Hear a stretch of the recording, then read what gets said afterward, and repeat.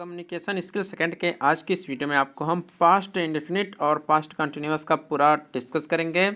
और इसमें इसके पहले हमने आपको बता दिया है प्रेजेंट का जो भी रूल्स रेगुलेशंस होता था उसके 4 टाइप्स होते थे: present indefinite, continuous, perfect and perfect continuous. सब कुछ समाप्त कर दिया है। जो स्टूडेंट अभी तक नहीं देखे हैं वीडियो, वो लोग जाके देख लें। प्लेलिस्ट आपकी कम्युनिकेशन स्किल सेकंड की बनी हुई है, वहाँ से आप लोग सभी लेक्चर्स जरूर देख लें। क्योंकि अगर आपको टेंस के बारे में नहीं पता रहेगा तो आप लोग क्वेश्चन को फ्रेम नहीं कर पाएंगे। जैसे आपके एग्जाम में फ्रेमिंग टाइप के क्वेश्चन पूछे जाते हैं 10 नंबर में, एक नंबर वाले, तो आप कर नहीं पाएंगे। तो पहले आपको टेंस के बारे में जानकारी होनी चाहिए, तभी आप लोग उसको फ्रेमिंग कर पाएंगे। तो यहाँ पे आज हम कंटिन्यू करेंगे आगे। तो आपका प्रेजेंट टोटल समाप्त हो चुका था। आज हम स्टार्ट करेंगे आपका पास्ट का। ओके, तो चलिए सबसे पहले देख लेते हैं पास्ट इंडेफिनिट में होता क्या है। देखिए, जो पास्ट इंडेफिनिट टेंस होता है इसका मतलब होता है बीता हुआ अनिश्चित काल। बीता हुआ अनिश्चय काल क्या होता है? बीता हुआ अनिश्चय काल। हम आपसे बताते हैं किसी भी टेंस को आप ट्रांसलेट कैसे कर पाएंगे। उसकी पहले आपको पहचान करनी पड़ेगी कि वो किस टेंस का है, प्रेजेंट का है, फ्यूचर का है, पास्ट का है। पहले आपको इसका पहचान करना पड़ता है। तो पास्ट इंडेफिनिट टेंस की पहचान आप कैसे करेंगे? तो इसमें यह होता है, अगर कोई भी सेंटेंस आपको दिया रहता है तो उसके लास्ट में आपका ता था, उसके लास्ट में आपका लिखा रहता है ता था, ठीक, ती थी, ता था, ती थी, ते थे। इसके बाद आपका जैसे लास्ट में होता है आया, खाया, खाई, पी, मतलब ये सब वर्ड आपके लास्ट में आते हैं। इस टाइप के सेंटेंस को हम पास्ट इंडेफिनिट टेंस में रखते हैं, जिनके अंत में ता था, ती थी, ते थे, आई, खाई, पी, रोए, मतलब ये आता है लास्ट में, जिसके वो भी आपके इसी में आते हैं पास्ट इंडेफिनिट टेंस में। तो इसका ये रूल होता है, तभी आप लोग पहचान पाएंगे कि ये आपका पास्ट इंडेफिनिट टेंस का है। तो इसके 4 टाइप्स आपके होते हैं। एक अफर्मेटिव होता है, एक निगेटिव होता है, एक इंट्रोगेटिव होता है, एक अफर्मेटिव एंड निगेटिव होता है। तो सभी के लिए अलग अलग रूल्स हैं कि कब किसके लिए क्या यूज करना है। ये सब आपको हम इस वीडियो में बताएंगे और सबका ट्रांसलेट करके भी आपको बताते हुए चलेंगे।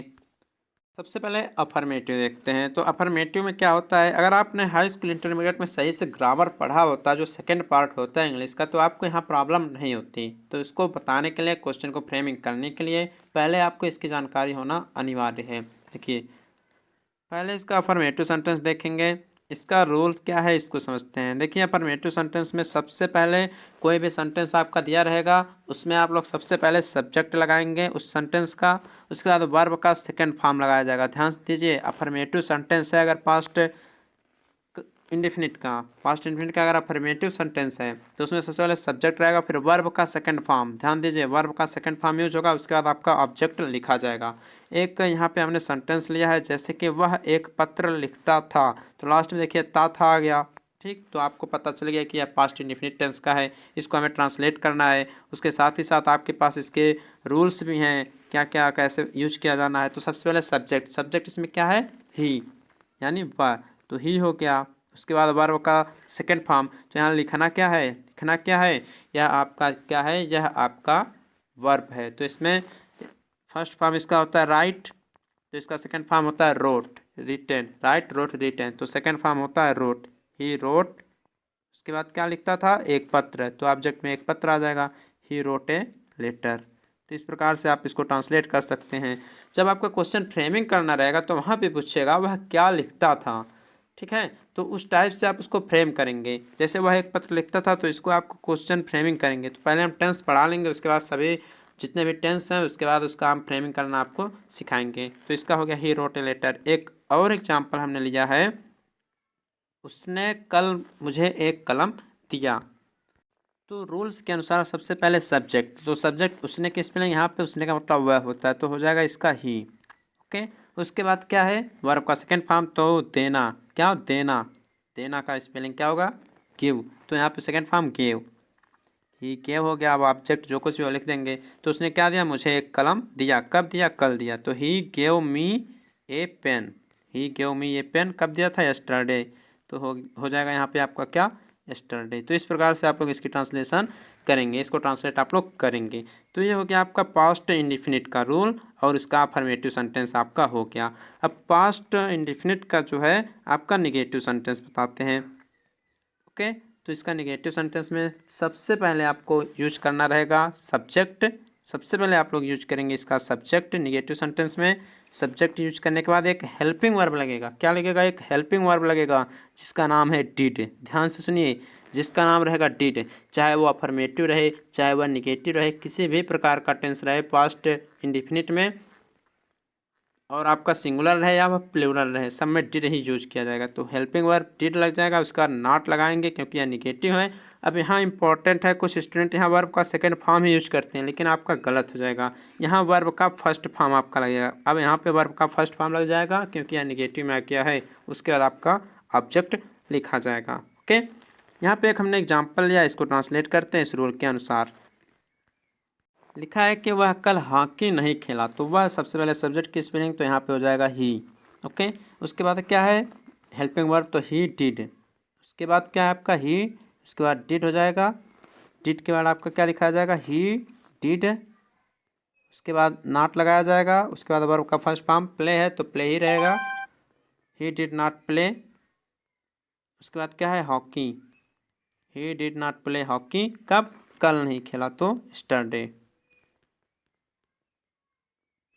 तो इतना हो गया, वह कल हॉकी नहीं खेला, he did not play hockey yesterday. एक और एग्जांपल लिया है, मैं कभी देर से नहीं आया। मैं कभी देर से नहीं आया। अब आपको यहाँ ध्यान देना ये है, हमने अभी आपको बताया जब नॉट लग जाएगा तो उसमें वर्ब का आपका फर्स्ट फॉर्म यूज होगा, लेकिन कुछ ऐसे अपवाद होते हैं जैसे कि कभी नहीं, नेवर जिसे बोल सकते हैं। अगर नेवर आ जाता है तो वहाँ पे वर्ब का सेकंड फॉर्म ही यूज किया जाएगा। जैसे कि इस एग्जांपल में लिखा है कि मैं कभी देर से नहीं आया, तो इसका हो जाएगा आई। उसके बाद इसमें ना तो डिड लगेगा ना ही आपका वर्ब का फर्स्ट फॉर्म लगेगा, इसमें सीधे चेंज हो जाता है आई नेवर केम लेट। मैं कभी देर से नहीं आया, तो इसमें नॉट नहीं यूज होगा, वर्ब का फर्स्ट फॉर्म नहीं यूज होगा और डिड नहीं यूज होगा। इस रूल के अनुसार ये सब अपवाद की कैटेगरी में आते हैं। तो मैं कभी देर से नहीं आया, तो ऐसा मत करने लगिएगा आप लोग कि I did not came late, ऐसा कुछ नहीं होगा। इसमें आई नेवर केम लेट, ये सब अपवाद के कैटेगरी में आते हैं। तो आपका यह हो गया निगेटिव टाइप का, पास्ट इंडिफिनिट का यह निगेटिव हो गया।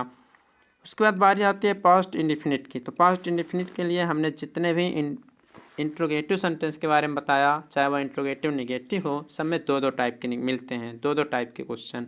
फर्स्ट ये होता है कि कोई क्वेश्चन जो होता है, कोई वाक्य जो होता है वह आपके क्वेश्चन वर्ड से स्टार्ट होता है। जैसे कि क्या तुम स्कूल गए, क्या उसने तुम्हारा पत्र नहीं पढ़ा, क्या मोहन ने अपना कोट नहीं पहना, तो ये पहले स्टार्ट होते हैं। तो उसके लिए जो रूल लगता है, सबसे पहले हेल्पिंग वर्ब डिड लगाया जाता है, फिर आपका सब्जेक्ट लगाया जाता है, फिर आपके वर्ब का फर्स्ट फॉर्म यूज करते हैं, फिर आपका ऑब्जेक्ट लगाने के साथ साथ लास्ट में क्वेश्चन मार्क आप लोग जरूर लगाइएगा, नहीं तो टोटल क्वेश्चन सही रहने के बाद भी आपका नंबर 0 कर दिया जाएगा। इसको ध्यान दीजिएगा। देखिए, क्या तुम स्कूल गए, इसको ट्रांसलेट करना है। तो यह देखिए फर्स्ट रूल के अनुसार है, तो क्या, तो यहाँ सबसे पहले आप लोग लिखेंगे डिड। उसके बाद आपका इसमें सब्जेक्ट यू, मतलब तुम ही तो है सब्जेक्ट, डिड यू। उसके बाद वर्ब का फर्स्ट फॉर्म, जाना का स्पेलिंग को, डिड यू को। उसके बाद कहाँ? टू स्कूल, क्या तुम स्कूल गए। उसके बाद लास्ट में आपका क्वेश्चन मार्क लग जाएगा।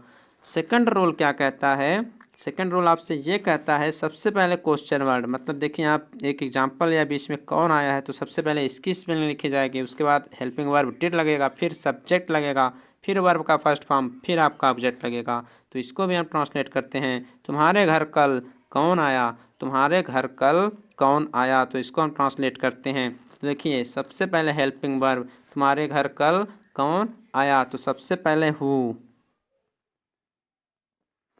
ठीक, हु हो गया।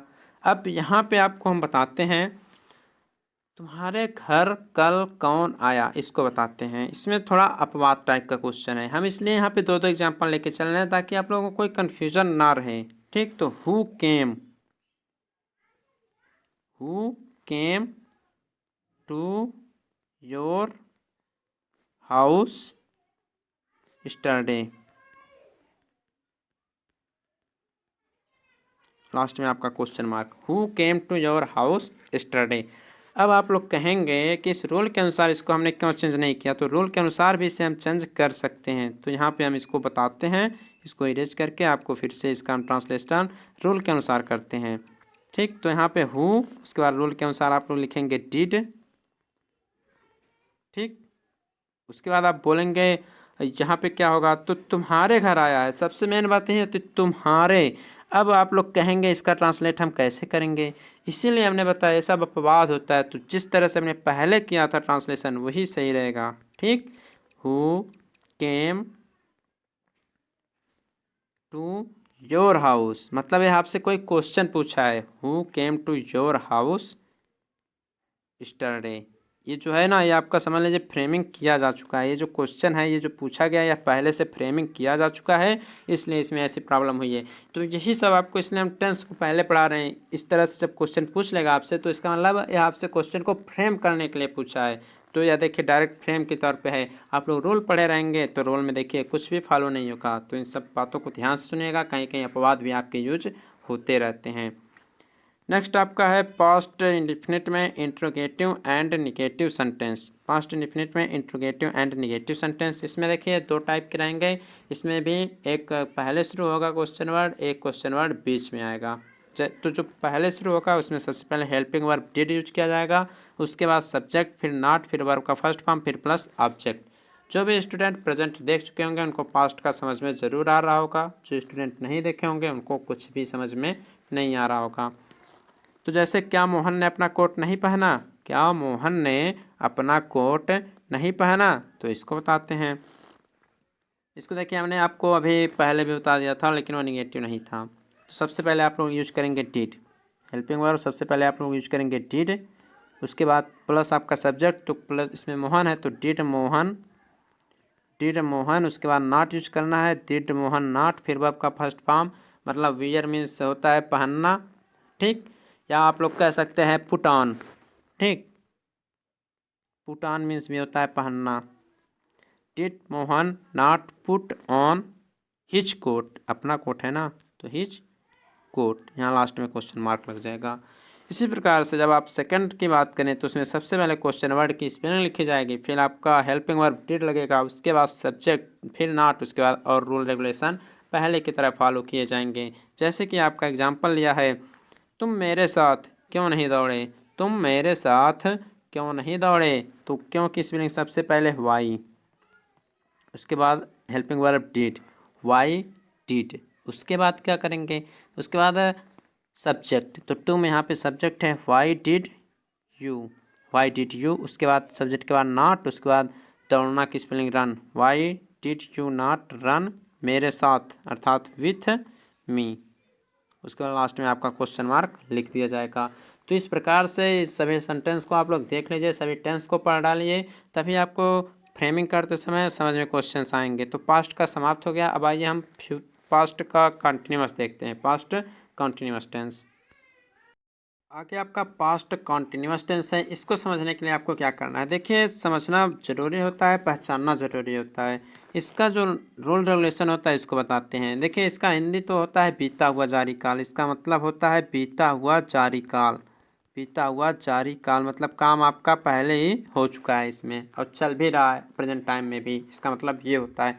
पहचानते कैसे हैं, इस टाइप के जो टेंस होते हैं इन सबके वाक्यों के लास्ट में आपका क्या होता है, रहा था, रहा था, उसके बाद रही थी, और फिर होता है आपका रहे थे, रहा था, रही थी, रहे थे, ये सब आपके वाक्यों के लास्ट में आता है। अगर यहीं पे टाइम दे दिया जाएगा तो ये आपका पास्ट परफेक्ट कंटिन्यूअस में हो जाएगा, लेकिन अभी तो आप पास्ट कंटिन्यूअस पढ़ रहे हैं तो इसमें टाइम आपका नहीं दिया रहता है। प्रेजेंट में हमने बताया था कैसे क्या होता है, उसी टाइप इसमें भी है, वहाँ रहा है, रही है, रहे होता था, यहाँ रहा था, रही थी, रहे थे हो जाता है।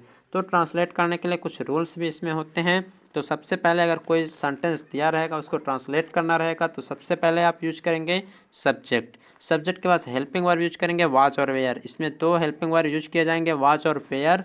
वाच का यूज किस लिए किया जाता है, जो वाच है उसके लिए हम यूज करते हैं जैसे कि आई, ही, सी, it, I, he, C, it, जो ये होते हैं, इनके साथ हम या किसी का नाम हो जाए उसके साथ वाज का यूज करेंगे। और बचे हुए और क्या है, जो बचे हुए हैं जैसे यू भी दे या प्लूरल सब नाउन हैं उनके साथ हम वेयर का यूज करेंगे। ध्यान रहे कुछ लोग कहेंगे आई को हम प्लूरल में यूज कर लेंगे तो आपका पास्ट कंटिन्यूअस टेंस की दशा में आपका गलत हो जाएगा। यही सब समझने वाली बात होती है। जब वाज का यूज करेंगे तो समझ लीजिए आई का भी यूज वहाँ पे होने वाला है, जबकि वाज को हम लोग सिंगुलर के टाइप में देखते हैं, लेकिन आई आपका प्लूरल है तो आई के साथ भी आपका वाज ही यूज किया जाएगा। इसको ध्यान से आप लोग समझ लीजिएगा, आई के साथ वाज आप लोग यूज करेंगे। बाकी बचे हुए यू वी दे और जो प्लूरल टाइप के हैं उनके साथ हम वेयर का यूज करेंगे। फिर आपका वर्ब का फर्स्ट फॉर्म यूज किया जाएगा, वर्ब के फर्स्ट फॉर्म में आप आईएनजी लगाएंगे, लास्ट में आप लोग अपना ऑब्जेक्ट लिख लेंगे। तो आई यहाँ पे ध्यान दीजिएगा, आई के साथ अगर पास्ट कंटिन्यूअस में टेंस है तो वहाँ पे वाज का यूज आप लोग करेंगे। अब आइए हम ट्रांसलेशन एक देखते हैं, एक एग्जांपल देखते हैं। लिखा है शेर खरगोश को बुला रहा था, शेर खरगोश को बुला रहा था। तो देखिए सबसे पहले सब्जेक्ट, तो सब्जेक्ट क्या है यहाँ पे, लायन, तो लिखेंगे आप लोग द लायन, द लायन। उसके बाद हेल्पिंग वर्ब वाज या वेयर, तो लायन आपका सिंगुलर है तो द लायन वाज। वर्ब का फर्स्ट फॉर्म तो बुलाना मतलब कॉल, तो इसमें आईएनजी हो जाएगा, the lion was calling, the lion was calling किसको, रैबिट को, RABBIT, the lion was calling of rabbit. तो इस प्रकार से आप लोग इसका ट्रांसलेशन कर लेंगे। एक और एग्जांपल यहाँ पे हमने लिया है, उस वे फुटबॉल खेल रहे थे, तो वे सब्जेक्ट सबसे पहले दे लिखेंगे। अब देखेंगे ये प्लूरल है तो हाँ यह प्लूरल ही है, तो they were, they were, they were हो जाएगा। उसके बाद वर्ब का फर्स्ट फॉर्म में आईएनजी, तो प्ले में प्लेइंग, दे वेयर प्लेइंग क्या, football, they were playing football. तो इस प्रकार से आप लोग ट्रांसलेट करेंगे, दे वेयर प्लेइंग फुटबॉल, वे फुटबॉल खेल रहे थे, शेर खरगोश को बुला रहा था, the lion was calling of rabbit. और आपको ये भी बता दिया था हमने कि इसका कैसे कैसे हम लोग पहचान करते हैं। ओके, अब हम आगे इसका देखते हैं। अफर्मेटिव था ये, अब इसका हम निगेटिव देखते हैं। तो निगेटिव में क्या होता है, तो निगेटिव में भी कुछ ज़्यादा नहीं है, बस होता ये है इसमें जहाँ पे आपका हेल्पिंग वर्ब लगता है और जहाँ वर्ब का फर्स्ट फॉर्म होता है उसी के बीच में आपका नॉट यूज कर लिया जाता है बस। और इसमें कुछ ज़्यादा चेंजिंग नहीं होती हैं। पहले सब्जेक्ट होता है, फिर हेल्पिंग वर्ब वाज या वेयर, फिर नॉट, फिर मेन वर्ब के फर्स्ट फॉर्म में आईएनजी, लास्ट में आपका ऑब्जेक्ट जोड़ दिया जाता है। यहाँ पे एग्जाम्पल लिया हमने, वे घर नहीं जा रहे थे। क्या लिया है, वे घर नहीं जा रहे थे। तो सबसे पहले सब्जेक्ट की स्पेलिंग यहाँ दे हो जाएगी। उसके बाद हेल्पिंग वर्ब देखेंगे, क्या यूज करेंगे, तो सिंगुलर प्लूरल देखेंगे, तो यहाँ प्लूरल है तो दे वेयर। उसके बाद नॉट यूज करेंगे, दे वेयर नॉट, वर्ब का फर्स्ट फॉर्म में ING, they were not going कहाँ पे, होम, घर, they were not going to home या होम आप लोग लिख सकते हैं। इस प्रकार से आप लोग इसको बना सकते हैं। अब यहाँ पे हम आपको एक होमवर्क देते हैं, उसको आप लोग ट्रांसलेट करके बता दीजिएगा, कमेंट में आप लोग उसको ट्रांसलेट कर लीजिएगा। एग्जाम्पल आपको हम एक दे रहे हैं, जैसे कि मैं स्कूल नहीं जा रहा था, आप लोग इसको ट्रांसलेट करके बताइएगा, कमेंट में आप लोग ज़रूर कीजिएगा। मैं स्कूल नहीं जा रहा था, मैं स्कूल नहीं जा रहा था, आप लोग इसको ट्रांसलेट करके कमेंट में आप लोग लिखिएगा, ठीक है। तो इस प्रकार से आपका ये भी हो गया नेगेटिव सेंटेंस का पास्ट कंटिन्यूअस, या जैसे प्रोग्रेसिव टेंस भी आप लोग बोलते हैं। कंटिन्यूअस को प्रोग्रेसिव भी बोलते हैं, इसको इम्परफेक्ट भी हम लोग बोलते हैं। तो 3 नाम है इसके, तो आप लोग इसको देख लीजिए और होमवर्क के तौर पे आप लोग इसको ट्रांसलेट करके कमेंट बॉक्स में आप लोग ज़रूर बताइएगा। थर्ड देखते हैं past continuous progressive tense. Past continuous progressive tense का इंट्रोगेटिव सेंटेंस, कौन सा, इंट्रोगेटिव सेंटेंस, प्रश्नवाचक वाक्य वाला, ठीक है। तो हमने बताया था जब भी इंट्रोगेटिव आता है उसमें 2 टाइप के होते हैं, एक पहले स्टार्ट होता है क्वेश्चन वर्ड और एक बीच में होता है। तो पहले के लिए सबसे पहले हेल्पिंग वर्ब वाज या वेयर यूज करेंगे सब्जेक्ट के अनुसार, सब्जेक्ट के अनुसार वाज या वेयर यूज करेंगे, हेल्पिंग वर्ब यूज करेंगे, फिर वर्ब का फर्स्ट फॉर्म लगाएंगे जिसमें आईएनजी लिखा जाएगा, फिर आपका ऑब्जेक्ट रहेगा। ओके, तो इसमें देखिए हम एक एग्जांपल यहाँ पे ले रहे हैं, एक एग्जांपल यहाँ पे हम लेने वाले हैं, इसको ट्रांसलेट करेंगे। जैसे कि हमने एग्जांपल ले लिया यहाँ पे,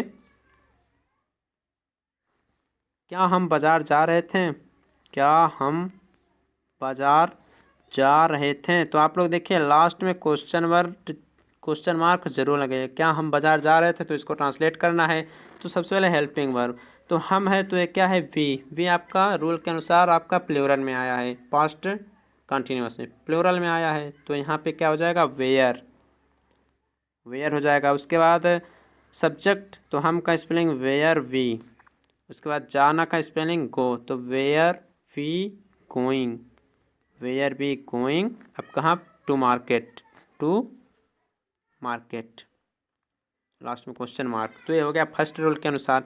इसी प्रकार से जब हम सेकंड रूल की बात करेंगे तो उसको हम कैसे करेंगे इसको बताते हैं आपको। सेकंड रूल आपका ये कहता है कि इसमें सबसे पहले आपका जो क्वेश्चन वर्ड रहेगा वो यूज किया जाएगा, उसके बाद हेल्पिंग वर्ब यूज करेंगे सब्जेक्ट के अनुसार। तो हेल्पिंग वर्ब वाज या वेयर ही यूज किया जाएगा, वो तो सब्जेक्ट के अनुसार यूज किया जाएगा। लास्ट में वर्ब के फर्स्ट फॉर्म में आईएनजी, लास्ट में ऑब्जेक्ट, फिर आपका क्वेश्चन मार्क यूज किया जाएगा। तो इसके लिए आपको सबसे पहले क्या करना है, जैसे कि एग्जाम्पल हम यहाँ पे ले रहे हैं, वह कमरे में क्या कर रहा था, वह कमरे में क्या कर रहा था, वह कमरे में क्या कर रहा था। ये हो क्या, वह कमरे में क्या कर रहा था। तो लास्ट में देखिए क्या आया है, तो सबसे पहले इसकी स्पेलिंग रहेगी वाट, उसके बाद हेल्पिंग वर्ब, तो वह है तो ये सिंगुलर है तो वाट वाच। उसके बाद सब्जेक्ट ही, करना का स्पेलिंग डू, तो उसके फर्स्ट फॉर्म में I N G doing. What was he doing in the room, in room लिख लीजिए, इन द रूम लिख दीजिए, दोनों सही है। वाट was he doing in the room. तो इस प्रकार से यह दोनों सेंटेंस हमने आपको ट्रांसलेट करके बता दिया। अब इसका लास्ट पार्ट जो होता है पास्ट कंटिन्यूअस या प्रोग्रेसिव टेंस का, जिसे बोलते हैं इंट्रोगेटिव एंड निगेटिव सेंटेंस। तो इसका रूल रेगुलेशन क्या है इसको समझते हैं। तो इसमें भी दो टाइप के रहेंगे, बस आपको समझना इसमें ये रहेगा, जहाँ पे आपका हेल्पिंग वर्ब है, जहाँ पे आपका हेल्पिंग वर्ब है और सब्जेक्ट और वर्ब के फर्स्ट फॉर्म के बीच में नॉट रहेगा। तो सबसे पहले जब पहले शुरू रहे क्वेश्चन वर्ड से, जैसे कि क्या मैं नहीं जा रहा था, तो इसमें सबसे पहले हेल्पिंग वर्ब सब्जेक्ट के अनुसार लगाएंगे, फिर नॉट लगेगा, फिर सब्जेक्ट के बाद नॉट लगेगा, फिर वर्ब का फर्स्ट फॉर्म, फिर ऑब्जेक्ट। तो यहाँ पे हम एक एग्जांपल लेते हैं और आपको समझाते हैं। जैसे कि हमने एग्जांपल ले लिया, क्या मैं तुम्हारे साथ नहीं जा रहा था। हमने एग्जांपल लिया, क्या मैं तुम्हारे साथ नहीं जा रहा था, क्या मैं तुम्हारे साथ नहीं जा रहा था। लास्ट में आप लोग क्वेश्चन मार्क लगा दीजिएगा, ठीक है। यहाँ पे हमने नहीं लगाया, क्या मैं तुम्हारे साथ नहीं जा रहा था। तो इसको कैसे करेंगे, सबसे पहले हेल्पिंग वर्ब, तो मैं है तो क्या करेंगे आई, क्या लगेगा आई के साथ क्या होगा वाच। बताया हमने पहले रूल रेगुलेशन के अनुसार, वाच सब्जेक्ट हो गया आई, उसके बाद हो गया नॉट। अब जाना का spelling go, was I not go, उसमें ING, was I not going तुम्हारे साथ with you, was I not going with you. ये हो गया, इसका ट्रांसलेशन आप लोग इस प्रकार से करेंगे, लास्ट में क्वेश्चन मार्क जरूर लगाइएगा। इसी प्रकार से जब हम सेकंड रूल की बात करते हैं, तो जो सेकंड रूल है उसमें क्या कहता है, सेम ही है, बस आपका होगा क्या, जो क्वेश्चन वर्ड है उसकी स्पेलिंग आप लोग पहले लिख लेंगे और ज़्यादा कुछ इसमें चेंजिंग नहीं होंगी। तो देखिए उसके लिए आपको सबसे पहले क्वेश्चन वर्ड की स्पेलिंग पहले लिखना रहेगा, फिर हेल्पिंग वर्ब, फिर सब्जेक्ट, फिर नॉट, फिर वर्ब का फर्स्ट फॉर्म में आईएनजी, फिर लास्ट में ऑब्जेक्ट के साथ क्वेश्चन मार्क आपको लगाना है। ओके, तो इसको कैसे करेंगे, तो इसको हम बताते हैं। जैसे कि एग्जांपल दे देगा आपको, किसान अपना खेत क्यों नहीं जोत रहा था। लिखेंगे आप लोग, किसान अपना खेत क्यों नहीं जोत रहा था, किसान अपना खेत क्यों नहीं जोत रहा था। तो इसको हमें करना है ट्रांसलेट, ठीक है। तो इसको करने के लिए सबसे पहले क्वेश्चन वर्ड, तो क्यों की स्पेलिंग सबसे पहले वाई, उसके बाद वाच, क्योंकि किसान एक ही तो है, why watch. Subject the farmer, why was the farmer.